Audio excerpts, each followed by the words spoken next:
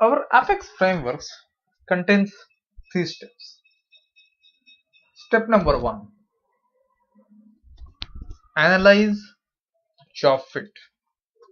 Analyze job fit. When you read the job description, please check whether you genuinely qualify for the job. If it is the case, you can proceed to next step. If that is not the case, please check whether your profile matches for at least 80% of requirements. If that's not the case, then just move on to the next job opportunity. If your profile matches more than 80% of job requirements, then you have to analyze whether the gaps are really critical. Many times, the gaps are mentioned to be desired and not compulsory requirements. Some other times, the gaps are compulsory but can be filled by doing a short-term course from an institute. You should make a note of these gaps and be prepared to answer questions about them accordingly. If the gaps are too critical and difficult to comply, then you need to move on. For example, if a job requires a company secretary qualification, and if you do not have that qualification, then it is unlikely that you can get an offer for that job. So look for job opportunities where your profile matches 80% or more, and the gaps, if any, are not critical or easy to fill in. Step number two, prepare for job interview.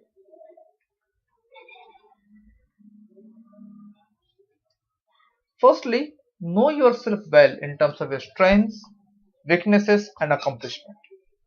Read and reread your resume and the job description and make mental notes of matches and gaps. Find out as much as you can about the company through website, Google, newspaper, etc. Plan the dress appropriately to match the company profile. When in doubt, always err on the side of formal business attire. Prepare for typical questions such as tell us about yourself. Plan the questions to ask such as what will be my responsibilities, what kind of training would be offered, or where would I be based, and so on. Finally, do not hesitate to rehearse the interview with your friend. Step number three is execute. And there are three sub steps in that. Step one in execute is making first impression. And we all know first impression is last impression. So ensure that you make a right first impression. Ensure that you arrive 15 to 30 minutes early. Exhibit enthusiasm and confidence as you approach the interview room. Smile and say hello to everyone concerned. It is important to be self-confident as there is nothing wrong with feeling good about yourself. Step number two is presenting yourself during interview. That is presenting yourself during interview. It is important to be honest and humble during the entire interview. You should remain involved throughout the interview by listening actively and speaking whenever needed. Remain attentive by maintaining good eye contact and by sitting forward in your chair. Establish your worth by discussing your specific accomplishments that demonstrate a proactive attitude. Support statements about yourself with specific examples, which can provide legitimacy to your claims. Using specific numbers instead of adjectives while mentioning accomplishment help.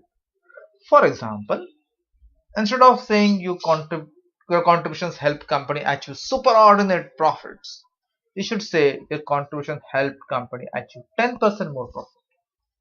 Try to limit your responses to 1 or 2 minutes unless you are asked to give a long answer to a particular question. Do not hesitate to ask probing questions wherever needed as they help to demonstrate your intelligence, analytical skills, and assertiveness. The final stage in step number three is closing the interview. Now, what happens in closing the interview?